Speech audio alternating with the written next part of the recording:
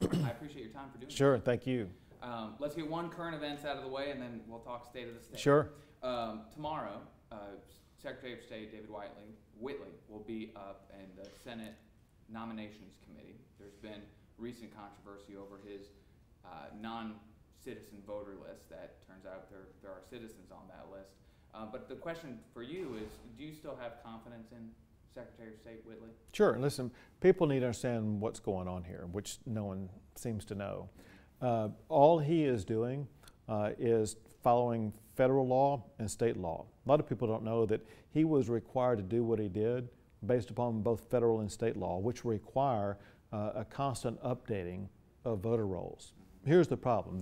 The Secretary of State has access to one set of information. He had to get other information from the Texas Department of Public Safety. But based upon those two pieces of information combined, as he made clear in the letter that he sent to the counties, all he had at that time was what he labeled a weak match, because the other entity that had access to information is the counties. And so he did exactly what he was supposed to do, following federal and state law, sending it to the counties and saying, counties, listen, we're going to have to rely upon you to further sort this out. And so there's one thing we can all agree upon, and that is we don't want anybody who's ineligible to vote to be able to vote. At the same time, we don't want anybody who is eligible to vote from being denied the ability to vote. But working through this process, we will achieve both of those goals.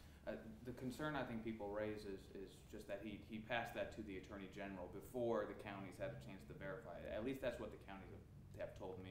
But do you think that was the right move and are comfortable with how I can't even confirm that happened. All I know is what the process is. I know it has to be passed to the counties before it can be confirmed about who is or who is not allowed to be on the voter rolls. State of the state. Sure. What struck me, being here 2 years ago and now, is there seems to be in this legislature and in your state of the state a difference in tone, right? Last year when the session ended, you had to call a special session to get all government working properly. There were fights on the House floor. So what changed from that time to today where people seem to be getting along? You know, a couple of things. One is I think that everybody having just gone through an election, we all heard the same thing.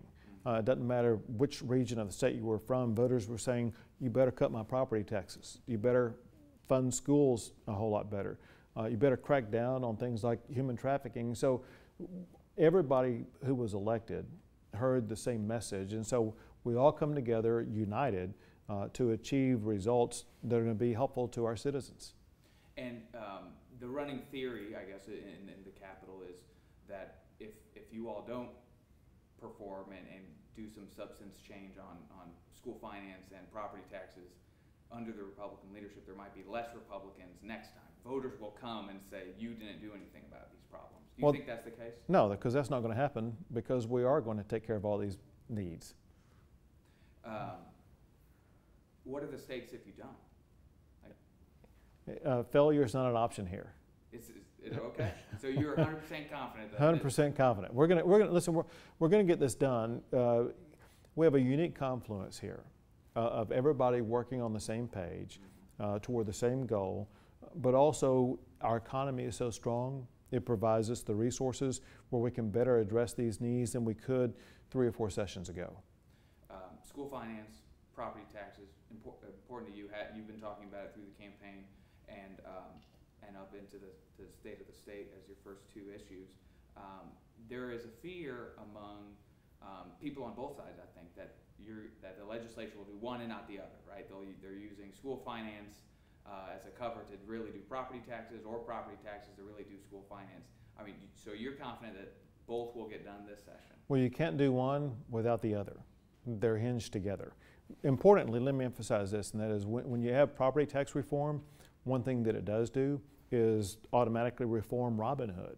And that means the state will be paying a whole lot more money for the reduction of Robin Hood.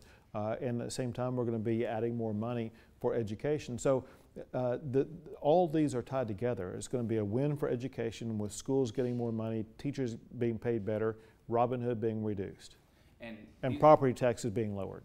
And these are weighty issues. I mean, these are tough issues. I mean, if they can't get it done in a regular, are you open to calling a special session to get these things done? I don't start talking about overtime when we're still in the first quarter. All right. Do you think you can fix school finance though in one session? I know we can. Yeah, I know we can. And understand this also, and that is, it's not as if we're just starting on this today or after the state of the state. This is something where we had the School Finance Commission working on for an entire year, hammering out these issues, listening to testimony, considering this approach or that approach, and they hammered out very solid solutions. And so we come with a running start, ready to go to work on this. The rollback rate election cap proposal, capping growth at 2.5% and then going to the election. That's not lowering anybody's taxes. Do you think that people will notice a change if that becomes reality? We have graphs showing what the differential will be. Let me give you a couple of easy examples, and that is, if the property tax reform is not passed, people's property taxes will continue to rise by 10% or more, which is what they have been doing in a lot of places. Here they would be capped at no more than 2.5% increase, and so you can easily do the math differential. But also, I saw a report that showed that just the Robin Hood component in Austin, Texas, would be reduced by $500 million over the first 5 years. So that we're talking real money differential. For school safety and mental health, what would you like to see as a result out of these reforms? Well, first, we want to see safer schools. I don't ever want to have to go through what I did last year of seeing children and parents and teachers' lives so devastated as they were. And I want students not to be afraid to go to school. I want parents not to be fearful about dropping their child off to school. I want teachers not to be afraid about what happens at school. So we first and foremost must have safe schools. Part of that will be the process of providing schools tools they need to make their school safer. But part of it will be us, by addressing mental health, making the school environment, the students in schools, as well as our communities safer by better addressing the mental health challenges that so many people struggle with. Have you seen a program or a policy someplace else that works that you would like to see in Texas? There is a program in Texas that's proven to be very effective. It's known as the Twitter program. It's the Texas Wellness Intervention and Triage Program out of Texas Tech University, and has been used at multiple school districts around Lubbock, around Amarillo. It was able to identify students who would have posed a threat to others and were removed from school, but also allowed students to have access to mental health experts that got them the treatment they needed. And for school safety, I mean, is there any other thing, that specific proposal like the Texas Tech program that you would see? Well, the Texas Tech one is mental health. There's another mental health component that we want to address, and that is we need more mental health counselors in our schools. There are some counselors at schools right now, but oftentimes they play the role of preparing students for college, but not addressing the genuine mental health challenges that students are facing. So we need more mental health counselors in our schools. So higher, or I guess lower counselor to student ratios. That's kind of the goal. Or just more counselors available. Let's talk football really quick. Sure. You're serious about working with Lyle Larson on this UT versus A&M game? Absolutely. What would you like to see, specifically? Best case scenario, this looks like what? Well, I've talked to people with both Texas and Texas A&M. Here's the way the football schedules work these days, and that is early in the season, there's always a tough game scheduled that's a non-conference game. This coming season, Texas plays LSU, and then the year after that, they play LSU. This past year, they played USC. That tough early game, as opposed to some other school around the country, it should be Texas A&M.